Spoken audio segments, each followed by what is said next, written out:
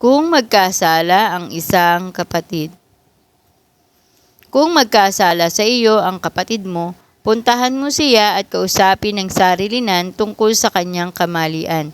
Kapag nakinig siya sa iyo, naibalik mo na ang inyong pagsasamahan bilang magkapatid. Ngunit kung ayaw niyang makinig sa iyo, magsama ka pa ng isa o dalawang tao upang ang lahat ng pinag-usapan ninyo ay mapatunayan ng 2 o 3 saksi.